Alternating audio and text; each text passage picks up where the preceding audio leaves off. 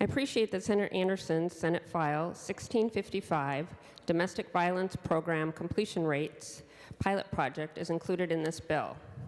I joined Senator Anderson when he met with some of the advocates about that program, and it was very heartwarming. It is a domestic violence program to help them work through some issues, but they have a lot of barriers even completing that program. It goes from transportation to, just a bad day, childcare, any number of things. But I think the purpose of the bill, and my understanding from that meeting, is to help get more data to find out what are the barriers to completing that program so that they can improve their life, so that they can become better parents, better partners, and better society members. And so I appreciate that being included because I think it will help us find solutions.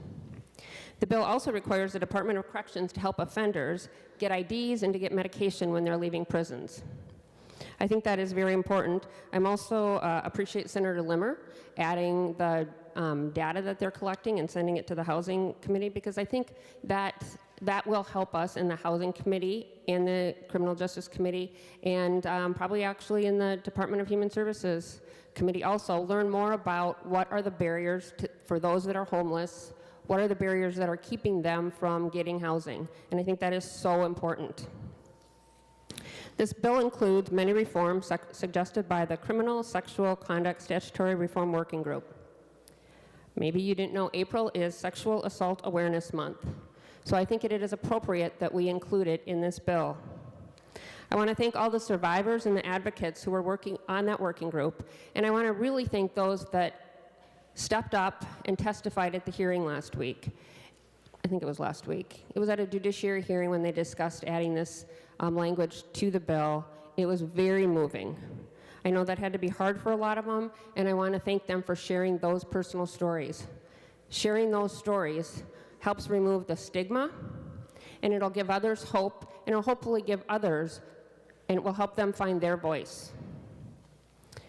I know we're not supposed to mention the other body over here, but I know there are some members in the other body that have worked really hard and followed that criminal sexual assault work group.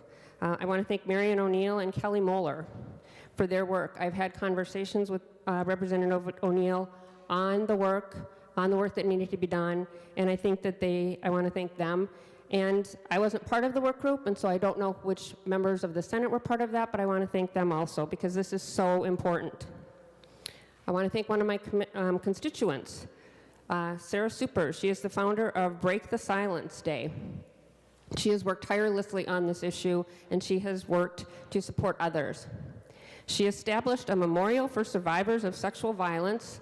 It's at Boom Island Park along the Mississippi River.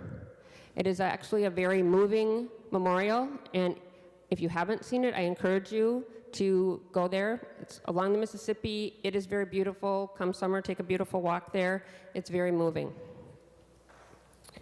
There are a lot of good items in this bill, but there are several very important items not in this bill. Last July, we passed some criminal justice reform. At that time, I at least said, I voted for the bill, and I said, this is a good start, but there is more that we need to do. And I thought we all agreed to keep working on it. But there is no law enforcement reform in this bill. As Senator Begum said, we are at a moment in history. People are asking us to act. I'm getting letters from all over the state asking us to do something. As I mentioned yesterday, when we take an oath of office, we swear to support the Constitution of the state of Minnesota to the best of our judgment and ability. Earlier this afternoon, Senator Engelbrechtsen mentioned taking the oath of office to protect and serve. We all do that. The Constitution says the government is instituted for the security and benefit and the protection of people. We are here to protect and serve the people. But there are many in our state who do not feel government is protecting them. They do not feel safe and secure. We need to act so that all people, including black and brown people, feel safe and secure. They need to feel that they are part of society and can thrive in society. We take an oath to the Constitution and to uphold the Constitution and the Second Bill of Rights. It mentions that no member of the state shall be disfranchised or deprived of any rights and privileges. As I said yesterday, we have whole communities that are disfranchised, they feel disenfranchised, and they don't feel they have any rights and privileges. As senators, we can do something. We have an obligation to give people hope and security. We have an obligation to make them feel safe and to let them feel safe. We have time before the end of session to come together and pass those needed reforms while the eyes of the world are on Minnesota. I'd prefer that they were on the eyes of Minnesota, for the eyes of the world were on Minnesota for many other reasons. We have a lot of great craft breweries, local distilleries. We have a lot of fabulous places across this state to visit. We have 66 great state parks.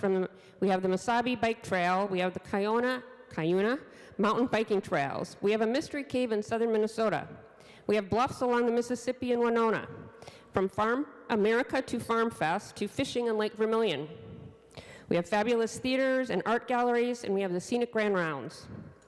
But they're not hearing about those things. They are hearing about the disparities in our state. They are wondering how two black men, Mr. George Floyd and Mr. Dante Wright, died at the hands of law enforcement in less than 1 year. We have a problem that needs fixing. The session ends in 1 month, and we have time to do our work.